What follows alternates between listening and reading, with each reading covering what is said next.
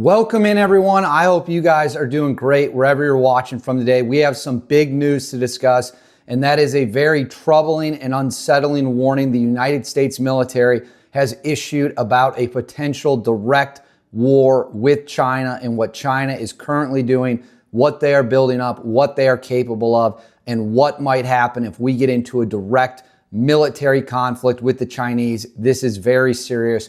We need to get into it and make sure everyone is on the same page and make sure the United States military does not lose our edge, which currently makes us the greatest military in the world. Before we get into all that, I do have some news. You will be seeing me back in my regular studio.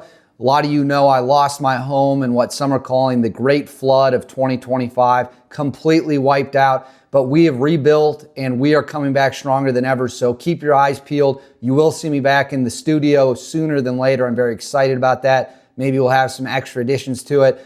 As always, make sure to like and subscribe, comment with your thoughts below. It really helps boost us. Hit the bell so you always know when a new video is coming. You don't want to miss any of these updates so you can stay informed, unlike the people out there who just follow the lame stream media. Now, let's get into it. As viewers of the channel know, the United States military is taking the Chinese threat very seriously and for good reason. China represents the greatest threat to the United States. I will say it over and over and over again until people understand. What's happening in Ukraine, between Ukraine and Russia, no matter how bad it is, has no impact on your daily life. What's happening in the Middle East with Israel, Gaza, Iran, Saudi Arabia, all that stuff, for the most part, has absolutely zero impact on your day-to-day life. However, a direct war with China, a shooting war with the Chinese military, would have an immediate direct impact on all of our lives, our economy, this country as a whole. It would be unlike anything the world has seen since World War II, because the Chinese military, unlike those other places and countries we just mentioned, actually has the ability to throw its weight around and cause serious and significant problems. The way you stop that from happening is by having a strong deterrent, in this case, making sure that the United States military maintains its ability to be the greatest fighting force the world has ever seen, which, make no mistake about it, it absolutely is. Anyone who says the American military is not the strongest fighting force in the world is frankly an idiot who should be ignored, but you can only keep that deterrent if you maintain your edge. China has been modernizing, building up its military forces in order to eventually confront the United States. The entire Chinese military doctrine is built around confronting the U.S. The United States needs to make sure our doctrine and our focus is focused on making sure China is never able to push us around. Unfortunately, multiple U.S. military leaders issued a dire warning this week. I'm filming this on May 23rd. This week, that should be a serious siren for absolutely everybody watching this. Let's go ahead and get into that right now.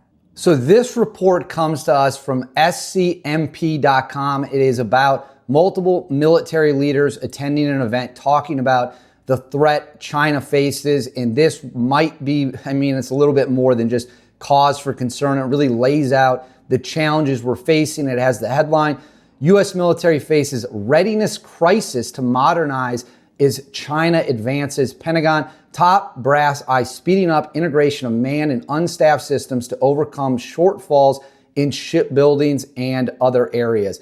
I'm going to go ahead and throw this up on the screen for you. I've pulled a couple pieces of this article out. We're going to read them off, then we're going to discuss them. So this says the U.S. faces pressure to modernize and respond to China's rapidly advancing military capabilities and ambitions, top Pentagon figures said, vowing to hasten the integration of manned and unstaffed systems to overcome a readiness crisis decades in the making. Senior officials from America's Navy, Marine Corps, Air Force, Space Force, and Coast Guard argued the U.S. needed to quickly adapt and innovate amid the People's Liberation Army, the PLA, which is China's army, the PLA's growth, particularly given a relative shortfall in shipbuilding and other areas. They are certainly putting a lot of resources into the capabilities, said General David Alvin, the U.S. Air Force Chief of Staff of the PLA, speaking on Monday at an event organized by the Council on Foreign Relations, a U.S. think tank. Will they fight? They referring to China. So this is the second part. Let me throw this up on the screen for you right here. Will they fight? I don't want to find out, but they've got a leader who has an ambition. He added, referring to Chinese President Xi Jinping. That's something we take very seriously. Now, there's a little break here in the article, so the second part here comes from a little further down. It says the U.S. has spent decades building systems to enable services such as satellite communications and weather, Saltzman said at the event. And now who's another military leader, and now our adversaries have capabilities to expressly take them out in the Western Pacific. That makes me mad, the general added. It makes me mad that I don't have the tools yet to be able to protect this joint force from that fight. So there he is. He's saying they do not have the tools to protect themselves in this fight. And I think we have to address that particular threat. In a related vein, Admiral Kevin Ludday of the U.S. Coast Guard said his service, which patrols the Arctic and Pacific regions, was stretched dangerously thin.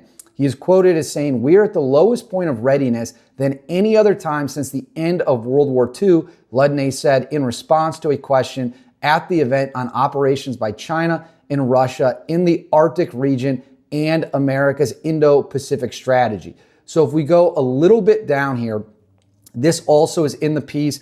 This talks about a specific timeline. Now, we know China wants to take Taiwan by 2027. That's when the window for an invasion starts. It says the U.S. military saw China as heavily funding its military capabilities, Alvin said, with Washington eager to reach a point at which Beijing would not think of going up against any of us. Time matters, said Admiral James Kilby, the U.S. Navy's acting chief of naval operations at the event. There's a variable we typically don't think about, and that we should think about with China. So 2027 matters, time matters, contracting matters. Although Kirby did not elaborate what he meant by 2027, it is a date frequently cited by U.S. defense circles as a timeline for when Beijing could use force against Taiwan.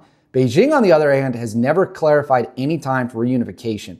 Beijing sees Taiwan as part of China to be reunited by force if necessary. Most countries, including the U.S., do not recognize Taiwan as an independent state, but Washington is opposed to any attempt to take the island by force and is committed to arming it. Kilby acknowledged serious concerns about American shipbuilding capacity compared with that of China and urged the expansion of unstaffed systems to compensate. I have no doubt about the quality of our ships and no doubt about the way we employ and train them, but quantity, that is a concern for me. So that right there is multiple military leaders saying, hey, look, we got major problems. We don't have the capabilities in terms of being able to pump out ships. They have caught up with us in some regards to weapons. They can now neutralize our satellites, our communication systems, and they are rapidly expanding their Navy. So where does this go from here? What does it mean? What do we need to take away from it? Let's get into that right now. Whenever talking about the threat that the Chinese pose, it's very important that we speak in crystal clear terms. China has every intention of taking Taiwan. Whether that is a peaceful reunification, which almost certainly is not going to happen, or by force, that is China's intent. Their window is 2027 to 2031, 2032, somewhere in that range. And they're going to push for it. There's no question about it. They have made their military ready to do it. And the reason that they've crafted their military the way they have is not just because they have to cross the Strait of Taiwan or the Taiwanese Strait, whatever you want to call it. It's because they know that they're going to have to get into a direct conflict with the United States Navy. So they are building anti-ship missiles. They are rapidly building out their submarine fleet. They are rapidly building out their surface fleet.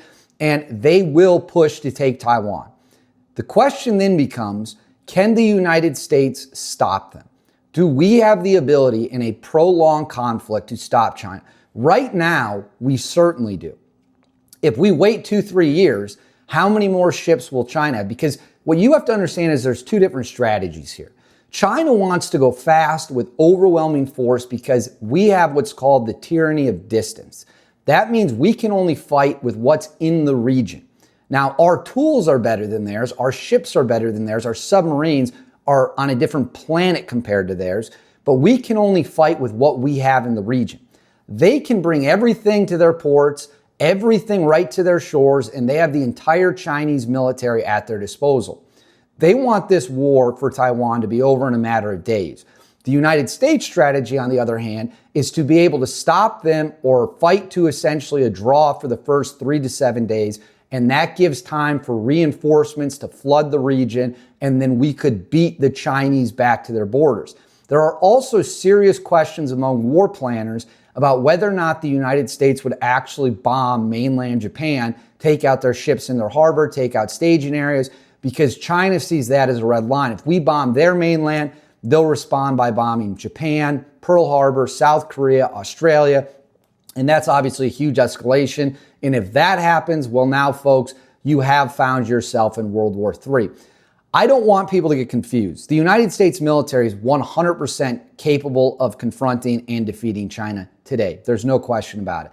And we're probably not going to lose that gap for years. The problem is if we don't have enough resources in the Pacific, in the theater of war, in the South China Sea to actually fight, they will go with a numerical advantage. And then the question becomes, can our tech offset their numbers advantage? And the answer to that is nobody knows until it happens. And that's a terrifying thought to think about. China has developed missiles specifically for the purpose of sinking aircraft carriers. If we lose 2 aircraft carriers in the first day, you're talking about 10,000 American service members, sailors, who we will have lost. That will be worse than anything we saw in Afghanistan or Iraq, and that could happen on day 1. So we need to be crystal clear about what the stakes are, what the risks are, and whether or not we have the stomach for the fight. Now, I believe the American military can and will get that job done. We have the greatest military the world's ever seen. And again, it's not particularly close. But what will China do in the coming years? What will the United States do in the coming years? We need to keep our foot on the gas. We need to keep the boot on their throat to make sure that gap is never closed, because that gap between our militaries, that's the deterrence that will make China think twice before they do something stupid. So that's where it's at. It is a serious cause for concern. Forget the distractions elsewhere. Let's focus on the big one, because that's the one that can impact all of our daily lives. But I want you to let me know in the comments below, what do you think about a potential war with China? Who do you think will win that potential war? How do you think it will play out? Let me know in the comments below. Make sure to like and subscribe. Hit the bell so you know when there's a new video. And as always, I'll catch you all next time.